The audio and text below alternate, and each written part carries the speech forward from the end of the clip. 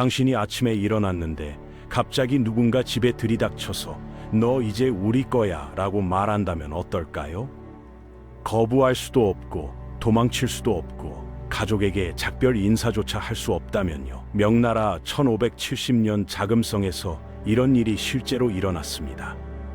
지금 당신의 손이 떨리고 있어요. 황제의 침전 문 앞에 서 있는데 환관이 당신의 팔을 붙잡고 있거든요. 당신은 16살 후궁이고 이건 선택의 문제가 아니었죠.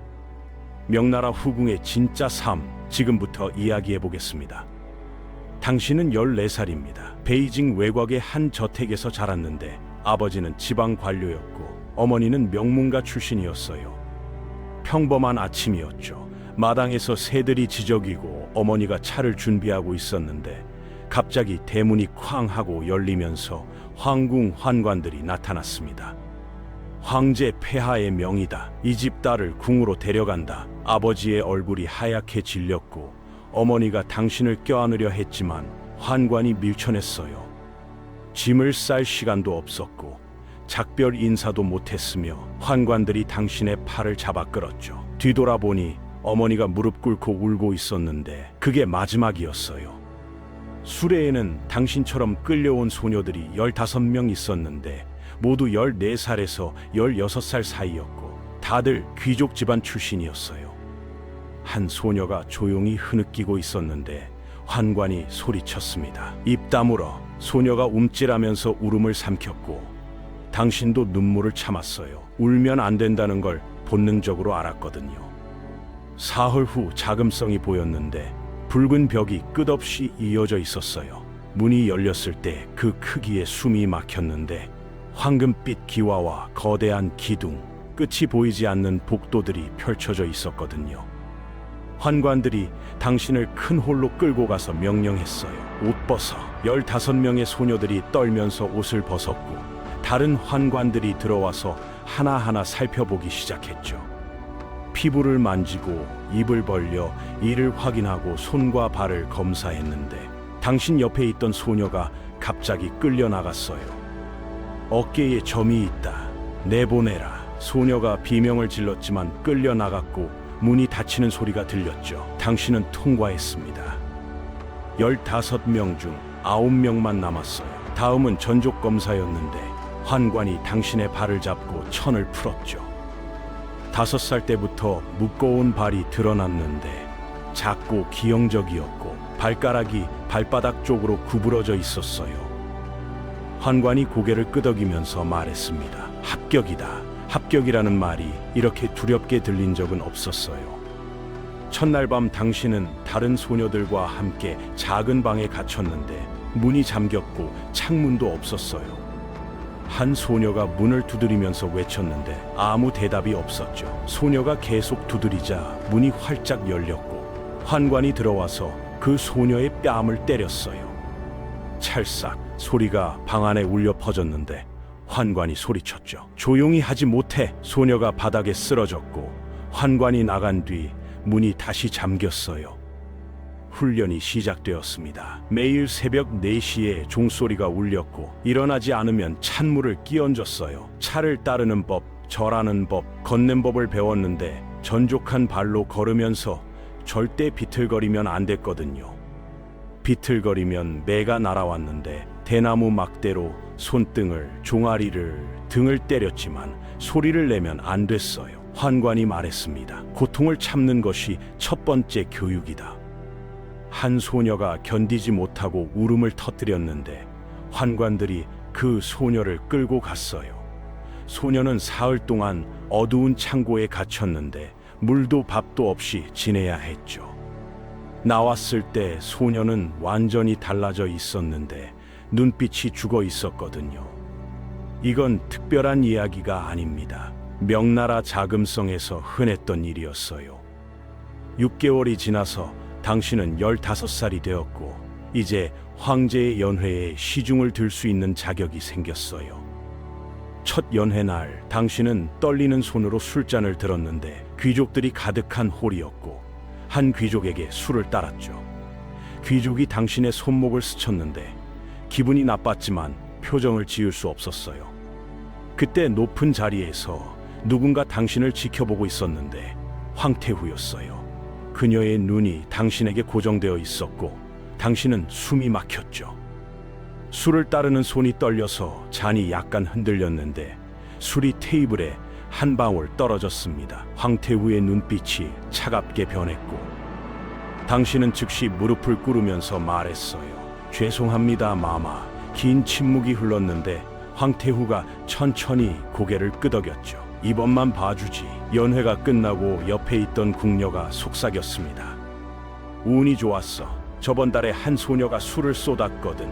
그 후로 못 봤어. 당신은 알았어요. 무슨 뜻인지요? 16살이 되던 해에 어느 날 밤 환관이 나타나서 말했어요. 황제 폐하께서 부르신다. 당신의 심장이 멎는 것 같았는데 다른 궁녀들이 당신을 쳐다봤고 질투와 동정, 두려움이 섞인 눈빛이었죠. 시녀들이 당신을 끌고 가서 향을 피우고 몸을 씻기고 비단옷을 입혔는데 아무도 말을 하지 않았어요. 가마가 출발해서 어두운 복도를 지나갔는데 붉은 등불만이 길을 비추고 있었어요. 가마가 멈췄고 문이 열렸는데 환관이 당신의 팔을 잡고 끌어냈죠. 거대한 문 앞에 서 있었는데 문이 천천히 열리면서 안에서 향 냄새가 진하게 풍겨 나왔어요. 그날 밤 무슨 일이 있었는지는 말하지 않겠습니다. 몇 주 후 당신은 임신했다는 걸 알았는데 갑자기 모든 게 달라졌어요. 더 큰 방으로 옮겨졌고 개인 시녀가 배정되었는데 리안이라는 나이든 궁녀였죠. 그녀는 첫날부터 경고했어요. 조심해야 해요. 지금부터가 진짜 위험해요. 무슨 뜻인지 물었더니 리안이 작게 속삭였습니다. 후궁들이 당신을 죽이려 할 거예요. 임신 소식이 퍼지자 다른 후궁들의 태도가 바뀌었는데 특히 진귀비라는 여자가 있었거든요. 황제의 총애를 받던 고참 후궁이었는데 어느 날 복도에서 마주쳤어요. 진귀비가 당신을 위아래로 훑어보면서 물었습니다.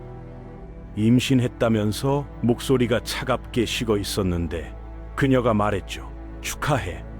하지만 기쁨은 오래가지 못할 거야. 아들을 낳았는데 아이를 안아볼 수도 없었어요. 태어나자마자 보육원으로 옮겨졌거든요. 당신은 이름뿐인 어머니가 되었는데 그래도 지위는 올라갔어요. 하급 배우자가 되었지만 높이 올라갈수록 위험도 커졌습니다.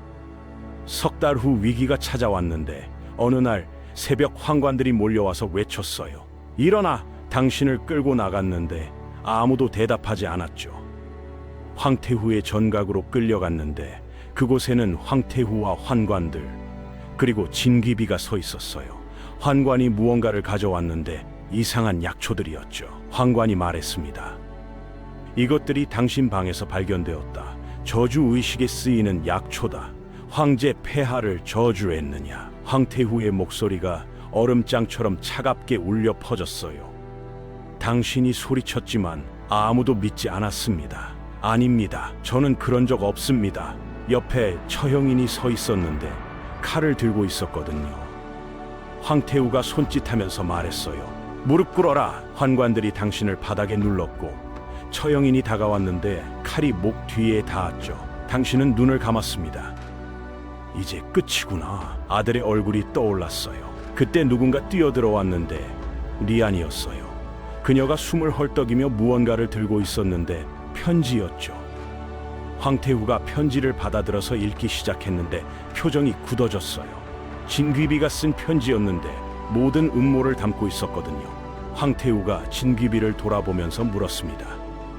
이게 무엇이냐? 진귀비의 얼굴이 하얗게 질렸고 황태후가 손을 들면서 명령했어요. 끌어내라. 환관들이 진귀비를 붙잡았는데 진귀비가 비명을 질렀죠. 끌려나갔고 그날 밤 진귀비는 처형되었어요. 당신은 살아남았는데 하지만 안도할 수 없었어요. 이제 확실히 알았거든요. 이곳에서는 언제든 죽을 수 있다는 걸.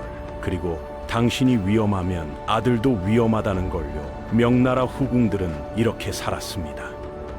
매일 생존을 위해 싸우면서요. 6년이 더 지나서 당신은 22살이 되었는데 완전히 다른 사람이 되어 있었어요.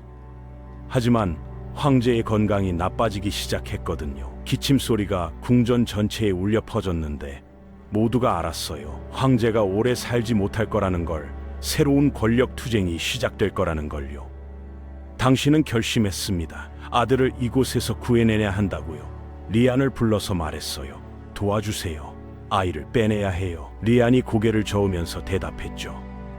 불가능해요. 걸리면 우리 모두 죽어요. 당신이 말했습니다. 알아요. 하지만 여기 두면 아이도 죽어요. 리안이 긴 한숨을 쉬면서 말했어요. 알겠어요. 계획을 세웠는데 궁궐의 비밀 통로를 이용하는 거였어요.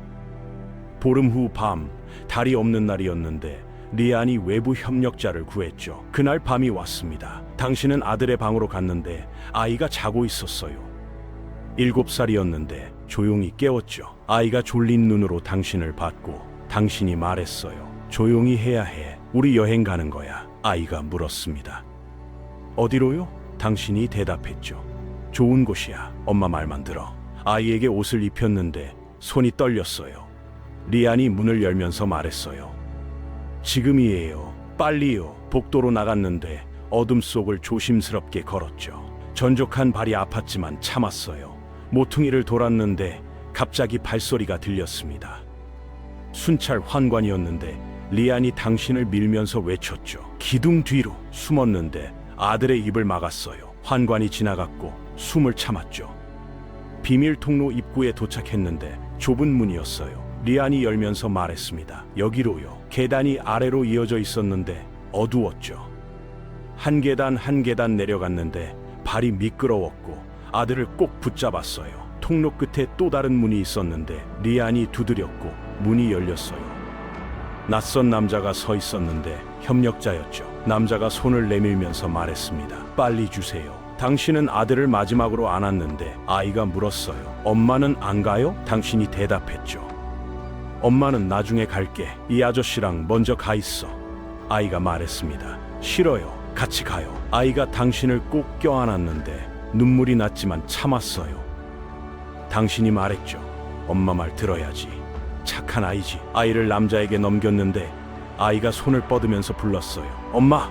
목소리가 멀어졌고 문이 닫혔어요. 당신은 그 자리에 주저앉았는데 리안이 당신을 일으키면서 말했죠. 가야 해요. 새벽 전에 돌아가야 해요. 다시 계단을 올라가서 복도로 나왔고 방으로 돌아와서 문을 닫았어요.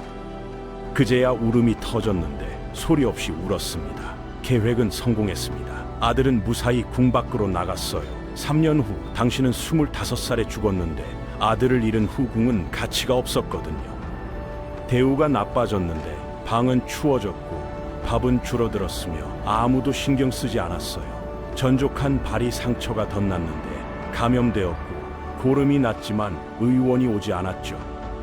열이 올랐고 몸이 타들어갔어요. 마지막 날 방불이 꺼졌는데 궁궐의 신호였어요. 리안이 몰래 찾아와서 당신의 손을 잡았는데 말했죠.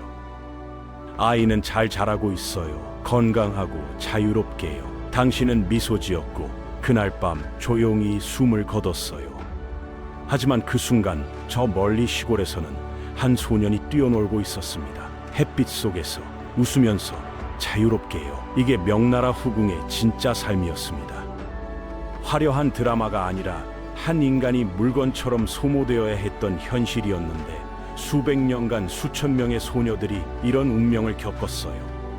그들의 이름은 대부분 역사에 기록되지 않았지만 그들의 희생은 분명히 있었습니다. 역사는 반복됩니다. 형태만 바뀔 뿐이죠.